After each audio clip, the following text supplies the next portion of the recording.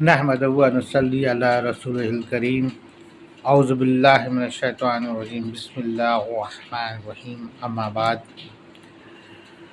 برادران اسلام، واجب الاحترام بزرگوں، دوستوں، میرے عزیز محترم، آپ سب کو السلام علیکم ورحمۃ اللہ وبرکاتہ۔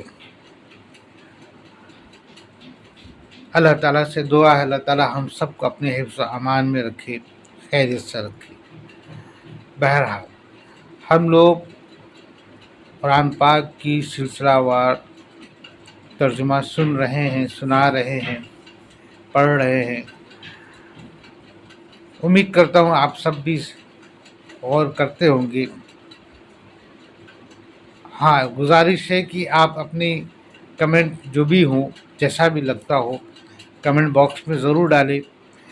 اگر بہتر ہے تو یہ میرے لیے حوصلہ افزائی ہوں گی، اور اگر کچھ کمی ہے تو یہ میرے لیے نصیحت ہوگی۔ بہرحال شوق اللہ تعالیٰ نے عطا فرمایا ہے، جسے ہم آپ تک رکھ رہے ہیں، اور گزارش ہے کہ آپ اپنے عزیزوں، اپنے بھی لوگوں تک اس کو شیئر کریں، تاکہ اس کی جو رحمت ہے اللہ تعالیٰ کی ہم سب کو نصیب ہو۔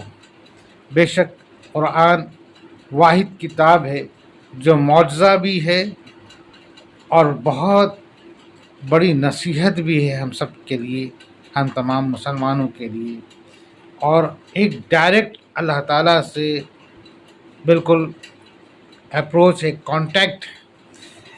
اگر ہم قرآن پاک کی ایک آیت کو پڑھتے ہیں تو یہ آیت یقیناً اللہ تعالیٰ کا کلام ہے، یعنی کہ ایک قرآن کی اگر ایک آیت ہم نے پڑھی تو آپ غور کریں کہ یہ کلام اللہ تعالیٰ کا ہم نے پڑھا، ہمارے کانوں نے سنا، ہمارے دل میں گیا، ہے نا۔ اور تو اور یہ اللہ کا کلام حضرت جبرائیل علیہ السلام لے کے آ رہے ہیں، یعنی کہ اللہ کا کلام ایک، حضرت جبرائیل علیہ السلام لے کے آ رہے ہیں دو، ہمارے آقا حضور صلی اللہ علیہ وآلہ وآلہ وصحبہ وسلم تسلیما کثیرا کثیرا کے دل میں اتر رہی ہے، پھر ہمارے آقا حضور صلی اللہ علیہ وسلم کی زبان سے نکل کر صحابہ اکرام تک پہنچ رہی ہے، پھر صحابہ اکرام اس کو لکھ رہے ہیں، حفظ کر رہے ہیں، پھر صحابہ اکرام سے تبع تابعین تک پہنچی، اور اس کے بعد آج ہم تک پہنچی ہے۔ تو یعنی کہ یہ کلام اللہ کا ہم نے پڑھا، سنا، ہماری آنکھوں نے دیکھا، ٹھیک ہے۔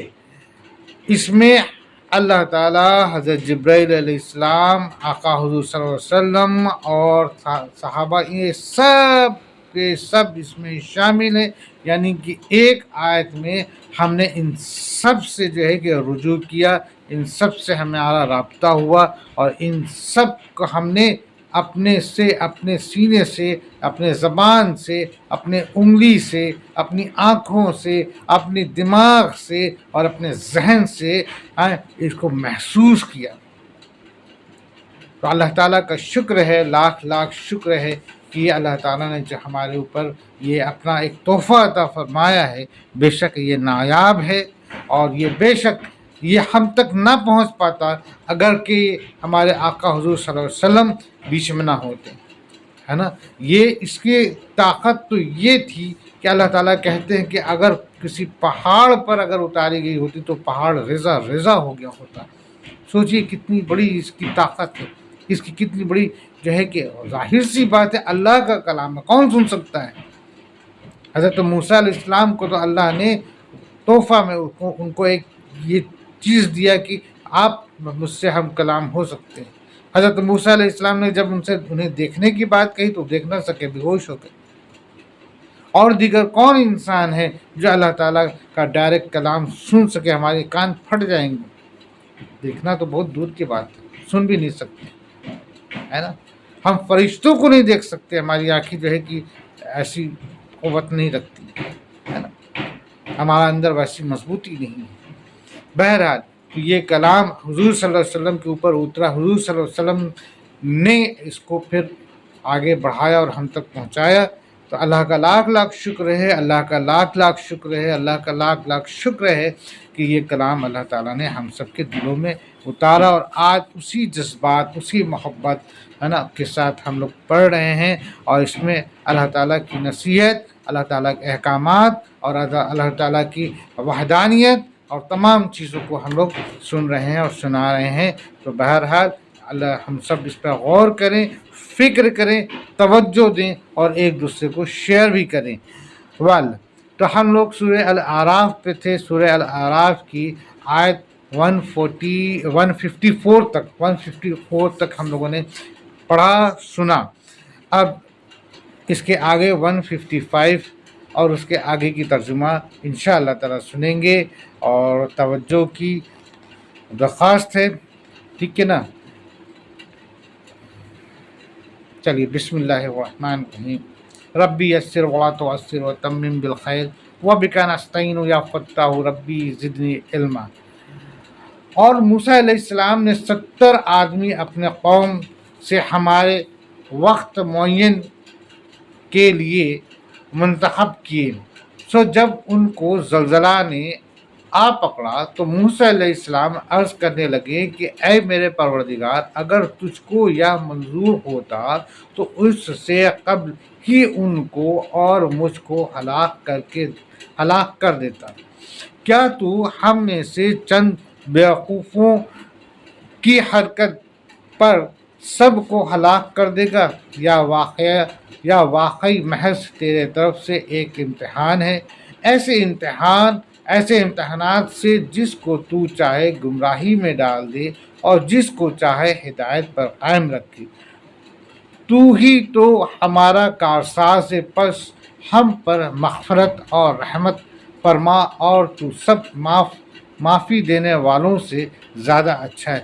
بے شک دیکھیے، جب ہمارے حضرت موسیٰ علیہ السلام کوئی دور سے توریت لے کے نیچے اترے، اور جب انہوں نے اپنے قوم کو جو ہے کہ گائے کے بچھڑے کی عبادت کرتے ہوئے دیکھا، اور حضرت موسیٰ علیہ السلام بہت ناراض ہوئے، بہت غصہ ہوئے، ہے نا، سبھی کو ڈانٹے بگڑے، ٹھیک ہے نا۔ اور یہ دیکھیے یہ خوف تھا، ہے نا، کہ اس کے بعد ہے نا اللہ کا عذاب نہ اتر جائے، اللہ تعالیٰ کا غضب نہ اتر جائے، بطور توبہ، بطور معافی، ہے نا، حضرت موسیٰ علیہ السلام نے اللہ تعالیٰ سے دعا کی۔ اللہ تعالیٰ نے فرمایا کوہ طور پر آنے کے لیے، اور حضرت موسیٰ علیہ السلام نے بنی اسرائیل سے جو خاص لوگ تھے ان میں سے 70 لوگوں کو حضرت موسیٰ علیہ السلام نے چنا اور کوہ طور پہ گئے، ٹھیک ہے نا۔ کوہ طور پہ گئے، مقصد کیا تھا؟ مقصد یہ تھا کہ ہم اللہ تعالیٰ سے توبہ کریں گے، یہ جو ہم نے گائے کے بچھڑے کی عبادت کر ڈالی ہے نا، جو بالکل ناحق تھا، جو بالکل ایک شرک تھا، جو کفر تھا، ہم اس عمل کے لیے اللہ تعالیٰ سے معافی مانگیں گے اور توبہ کریں گے، ٹھیک ہے نا۔ اللہ نے بھی جو ہے کہ ایک موقع دیا تھا کہ ٹھیک ہے تم آؤ ہم سے ملو، ٹھیک ہے نا، اور اپنی جو توبہ ہے ہمارے سامنے رکھو، بے شک اللہ تعالیٰ رحم فرمانے والا ہے۔ بہرحال اس کے بعد کیا ہوا کہ اس کے بعد وہ سب گئے، کوئی دور پر گئے، ٹھیک ہے نا۔ یہاں پہ دیکھیے کئی ڈفرینٹ قول ہیں، ٹھیک ہے نا۔ ایک قول کے مطابق جب حضرت موسیٰ علیہ السلام دعا مانگ رہے تھے تو ان میں 70 لوگ جو تھے انہوں نے دعا میں کچھ ایسے مانگی کہ یا اللہ ہمیں وہ چیز عطا فرما جو ہم لوگ سے پہلے تو نے کسی کو نہ دیا اور ہمارے بعد نہ تو کسی کو دے گا، ٹھیک ہے نا۔ ان میں سے کچھ لوگوں نے اس طرح کی دعا مانگی، ٹھیک ہے نا۔ تو یہ تو ایک بات لالچ والی ہو گئی۔ تو ایک قول تو یہ ہے کہ اس وجہ سے اللہ ناراض ہوئے۔ دوسری قول یہ ہے کہ ان لوگوں نے دیکھا کہ حضرت موسیٰ علیہ السلام جب اللہ تعالیٰ سے کلام کر رہے ہیں، ہے نا، تو ایک بادل نما ایک شکل ہے، اس میں حضرت موسیٰ علیہ السلام مطلب کہ انٹر کیے، داخل ہوئے۔ حضرت موسیٰ علیہ السلام ان لوگوں کو بھی بلائیں، وہ لوگ بھی گئے، اور ان لوگوں نے دیکھا کہ جب اللہ سے کلام ہو رہا تھا تو حضرت موسیٰ علیہ السلام کی پیشانی پر ایک چمک، زبردست چمک تھی، ٹھیک ہے نا۔ تو بہرحال تو انہوں نے اپنی آنکھوں سے دیکھا، سنا کہ حضرت موسیٰ علیہ السلام اللہ تعالیٰ سے کلام کر رہے ہیں، ٹھیک ہے نا۔ اس کے بعد ان لوگوں نے کیا کیا کہ ان لوگوں نے حضرت موسیٰ علیہ السلام سے یہ کہیں کہ ہمیں بھی اللہ کا دیدار کرائیے، ہمیں اللہ تعالیٰ کا دیدار کرائیے، تبھی ہم جو ہے کہ ایمان لائیں گے۔ یہ بے وقع مطلب کہ بیوقوفی والی حرکتیں جو ہے کہ ان لوگ کے ذہن میں آ گئے یا بول پڑے یا کہنے لگے، ٹھیک ہے نا۔ تو اب یہ دو قولیں ہیں، اور بھی کچھ قولیں آتی ہیں جس کے وجہ سے اللہ تعالیٰ جو ہے کہ ناراض ہوئے، اور اس طرح سے ناراض ہوئے، اس طرح سے ناراض ہوئے کہ ایک بجلی تھی یا ایک کڑاکے کی آواز تھی، ہے نا، جس کے وجہ سے بالکل وہ جگہ جو ہے کہ تھر تھرا اٹھا، ہٹ گیا، اور وہ تمام جو لوگ آئے تھے وہ وہیں کا وہیں ہلاک ہو گئے، وہیں کا وہیں ختم ہو گئے۔ اب وہ تو ختم ہو گئے، لیکن حضرت موسیٰ علیہ السلام اللہ تعالیٰ سے پھر فرمانے لگے کہ اے اللہ، یہ تو یہاں ختم ہو گئے ہیں، اب میں جب بنی اسرائیل کے پاس جاؤں گا تو ان سے میں کیا بولوں گا؟ وہ تو نہیں مانیں گے میری بات نا۔ تو حضرت موسیٰ علیہ السلام بہت دعا مانگے، بہت دعا مانگے۔ حضرت موسیٰ علیہ السلام کہیں بے شک ہدایت دینا تو ہدایت تو دیتا ہے نا، بے شک یہ آزمائش کا وقت تھا، ہے نا، غلطیاں ہوں گی، معاف کر دو۔ بہرحال حضرت موسیٰ علیہ السلام نے بہت معافی مانگی، بہت طلب کی، تو اللہ تعالیٰ نے ان لوگوں کو واپس حیات دے دیا۔ وہ جو لوگ ساتھ میں گئے تھے تقریباً 70 لوگ، ایسا بیان ہے، تو ان کو اللہ نے حیات دے دیا، وہ پھر سے زندہ ہو گئے۔ یہ بھی کچھ جگہ پہ آتا ہے کہ وہ بعد میں پھر انبیاء ہو گئے ہیں۔ بہرحال اس کی کوئی مضبوط دلیل نہیں ملتی ہے، لیکن بہرحال ایک اتنا مختصر یہ سمجھ لیں کہ اللہ تعالیٰ مطلب ان لوگوں نے کچھ ایسی بات کہی جس کی وجہ سے اللہ ناراض ہوئے، اور اللہ نے ان کو جو ہے کہ موت کے منہ سلا دیا۔ پھر حضرت موسیٰ علیہ السلام کی دعا مانگنے پر اللہ نے ان کو معاف کر دیا، اور وہ پھر واپس حیات ہو گئے، ٹھیک ہے نا۔ تو بہرحال اس کے آگے کی اب ہم لوگ بات کرتے ہیں، ٹھیک ہے نا۔ ایک بار پھر سے ہم لوگ غور کرتے ہیں، اور موسیٰ نے اپنے قوم سے ہمارا وعدہ پورا کرنے کو کوہ طور پر لے جانے کے واسطے 70 آدمیوں کو چنا۔ پھر جب ان کو زلزلے نے آ پکڑا تو حضرت موسیٰ نے عرض کیا، پروردگار، اگر تو چاہتا تو مجھ کو اور ان سب کو پہلے ہی ہلاک کر ڈالتا، کیا ہم میں سے چند بیوقوفوں کی کرنی کی سزا میں ہم کو ہلاک کرتا ہے؟ یہ تو صرف تیری آزمائش تھی، تو جسے چاہے اسے گمراہی میں چھوڑ دے اور جس کو چاہے ہدایت دے۔ تو ہی ہمارا مالک ہے، تو ہی ہمارے قصور کو معاف کر اور ہم پر رحم کر، اور تو تمام بخشنے والوں سے کہیں بہتر ہے، بے شک، ہے نا۔ تو حضرت موسیٰ علیہ السلام نے اس طرح سے اللہ تعالیٰ سے دعا مانگی، تو اللہ تعالیٰ نے ان لوگوں کو 70 لوگوں کو جو ہلاک ہو گئے تھے واپس حیات کر دی، ٹھیک ہے نا۔ اور ہم لوگوں کے نام دنیا میں بھی نیک حالی لکھ دے، اور آخرت میں بھی ہم تیری طرف رجوع کرتے ہیں۔ اللہ تعالیٰ نے فرمایا کہ میں اپنا عذاب اسی پر واقع کرتا ہوں جس پر چاہتا ہوں، اور میری رحمت تمام اشیاء پر محیط ہے، تو وہ رحمت ان لوگوں کے نام ضرور لکھوں گا تو وہ رحمت ان لوگوں کے نام ضرور لکھوں گا جو اللہ سے ڈرتے ہیں اور زکوٰۃ دیتے ہیں اور جو ہماری آیتوں پر ایمان لاتے ہیں۔ الحمدللہ، الحمدللہ، ہے نا۔ اور لوگوں نے جب دنیا میں بھی دیکھ نا، اور ہم لوگوں کے نام دنیا میں بھی نیک حالی لکھ دے، اور آخرت میں بھی حضرت موسیٰ علیہ السلام دعا کیے، ٹھیک ہے نا، ہم تیری طرف رجوع کرتے ہیں۔ حضرت موسیٰ علیہ السلام یہ سب دعا میں مانگے۔ اللہ تعالیٰ نے فرمایا میں اپنا عذاب اسی پر واقع کرتا ہوں جس پر چاہتا ہوں۔ اللہ تعالیٰ کیا کہتے ہیں؟